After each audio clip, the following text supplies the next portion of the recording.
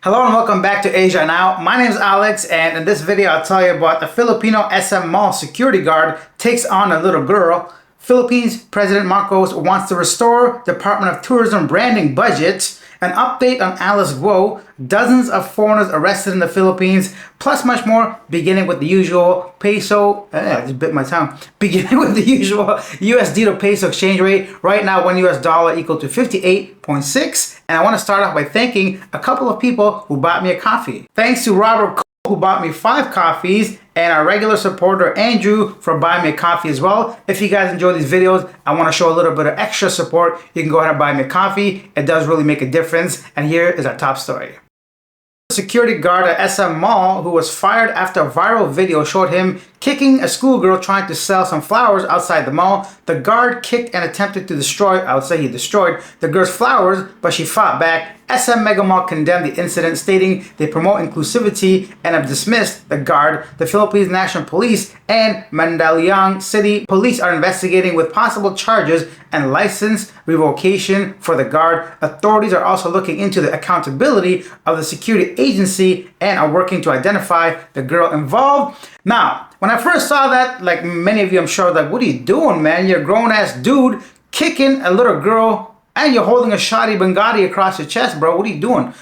Some of you might say, well, this guy's doing his job, but I doubt anywhere in his job description it says to kick somebody like that and destroy their property. Yeah, I understand some of the sentiment when it comes to this guy's doing his job. Maybe he's got a family. You don't want to revoke his license or fire him. I get it, but you got to start somewhere, right? We can't accept this kind of behavior and make it normal. So I'm glad that the people came together on social media. I'm not about cancel culture and canceling people, but stuff like this, you got a grown-ass dude holding that thing across his chest as well. You don't know if it's going to go off or something.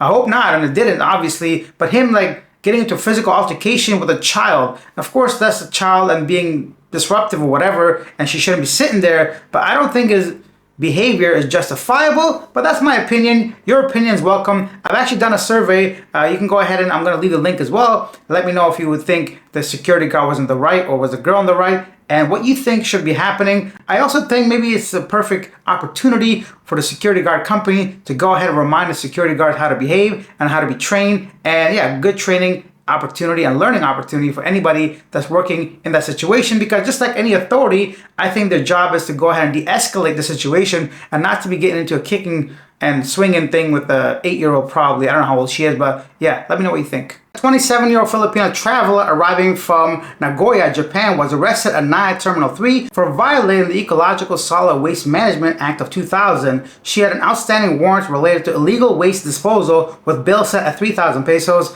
The Philippines National Police Aviation Security Group and the Bureau of Immigration conducted the operation, emphasizing their commitment to upholding environmental laws. The Naya traveler is now in the custody of Naya Police Station 3 for documentation and further legal proceedings. I guess the Philippines is taking environmental issues very seriously. A couple days ago, we talked about plastic straws, and a lot of businesses are still using plastic straws. And now this person, for dumping waste illegally. Staying with misbehaving peoples, authorities arrested 29 foreign nationals during a raid on an illegal online gaming operation in Silang, Cavite. Acting on a tip, officials discovered the operation at a private resort where the suspects, 6 Myanmar nationals and 22 Chinese, were allegedly conducting scams using laptops and mobile internet to avoid detection. Further operations are planned with around 2,000 more arrests expected in the coming days as part of ongoing crackdown on these illegal activities. By now, you might be aware that the president of the Philippines banned Pogo, said everybody got to leave by the 29th. So now it's all those leftovers. They think there's around, I want to say 8,000.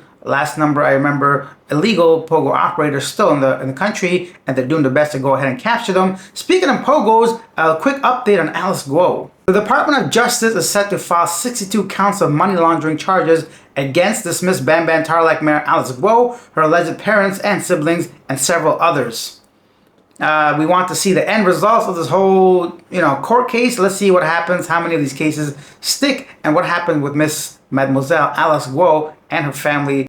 Next up, President Ferdinand Marcos Jr. moved to transfer 400 million of his contingency funds to restore the Department of Tourism's branding budget, which will boost promotions for Philippine destinations and translate to more arrivals and tourist spending. And the president, he said, I quote, We have to maintain the momentum. There's already momentum. It doesn't hurt that we have people like Sofrinio winning The Voice and that we have Kaloy Yulo winning the Olympics, Marco said. And now we have a Filipina that we covered yesterday, Miss Catch, who traveled to all the countries in the world using her Filipino passport. So the Philippines is on a momentum. They want to go forward and not go backwards when it comes to promoting the Philippines as a travel destination. And if you want to see more about the DOT and what we talked about, you can go ahead and check out the video about yesterday. And I'm glad that Miss Fresco, got 400 million pesos back on the budget. I mean, who could say no to that face, right? All jokes aside, let's go on to our next story. Moving on to Thailand, 4 South Koreans and 1 Myanmar national have been arrested at the hairstyling salon in Bangkok for working in an occupation reserved for Thai nationals.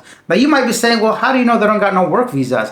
In Thailand, there are specific jobs that are allocated only for Thai nationals. That means no matter what, you cannot be working in this industry. I'll go ahead and list all the jobs over here. Some may surprise you, but yeah, so that's one of those reasons you cannot be working in the Philippines, in Thailand, in any of these jobs because they're reserved for Thai nationals. Next up, a story about a peeping Tom. A man in Nakhon Si Thammarat has caused outrage by stealing women's underwear and spying on them. The situation escalated when he fell through a ceiling while attempting to peep on a woman taking a shower. Despite his arrest, his mother secured his release, denying his actions. Distressed residents have taken measures to prevent further incidences, including sharing evidence and removing trees near their homes. This shocking case highlights the need for stronger protection against such violations. Not the first time. It's happened a few times this year alone where people in Thailand seem to have this thing still. It's not the 50s, bro. The internet's full of like ladies, man. Go on there and have a look at whatever you want. I guess this is some kind of, I don't want to say fetish, but I don't see the point of that. I mean, it's the same thing. I don't know. I don't want to judge this guy. Maybe he's mentally ill. Regardless, going on to our last story. Moo Deng. All right, so Moo Deng, the nation's favorite pygmy hippo from Khao Kio Open Zoo, celebrated her 6-month birthday on 10th January 2025 in style. She made headlines with her very own ID card featuring her name, birthday, and a fun twist with no expiration date. The zoo also announced an auction for Moo Deng's framed footprints from when she was 3 months old, with proceeds supporting wildlife conservation. Fans couldn't get enough, flooding social media with love, quirky jokes, and even lottery predictions based on her ID card numbers. Moo Deng took the whole world by storm 6 months ago. I don't see the big deal. I don't think it's that cute. I think I'm pretty much cuter. But now Moo Deng is more legal than I am. Now time for a segment Yesterday Today, where I read some of the most popular comments regarding our previous video. Robert Cole says, on a serious note, and I have heard complaints from people there, they get a sales job, say in the mall, great. No matter how good they do, each week there's always theft or damage that did not happen and it's deducted from their pay. And if that is not enough, you have to come in and work 1 day a week for free to show gratitude for being given a job. Now that's a slap in the face. So to the Philippines people, careful about your job and where you work. That's a comment regarding Joyride, the ride-hailing application, taking 20% off their tips and also charging them 600 pesos a year for insurance, allegedly. James says regarding congestion, Davao is growing but the infrastructure hasn't kept up. Look at Cebu, it has 3 bridges to its adjoining island, while Davao has finally started construction on its first. The coastal road, a nice project, is only halfway done, and the most needed part of crossing the river with a new bridge still isn't open. They are building a bypass road for all the large truck traffic, but it still is years away from completion. However, little changes would work, like widening existing bridges across the river, removing power poles from the road so you can fully utilize the lane, and replacing jeepneys on the major routes with larger buses that stop at designated stops only versus a jeepney that just stops in the middle of the road anywhere it feels like because it can. Of course, this is because Davao City ranked 8th in the world when it came to congestion. So these are some solutions or some ideas for solutions to reduce some of that congestion. Leave your comments down below regarding any of the stories I covered today. If you take your time to write it, I'll take your time to respond. And if you like this video, haven't yet subscribed to your channel, consider doing so. Hit that like button and even sharing this video. I'll see you guys tomorrow. Bye.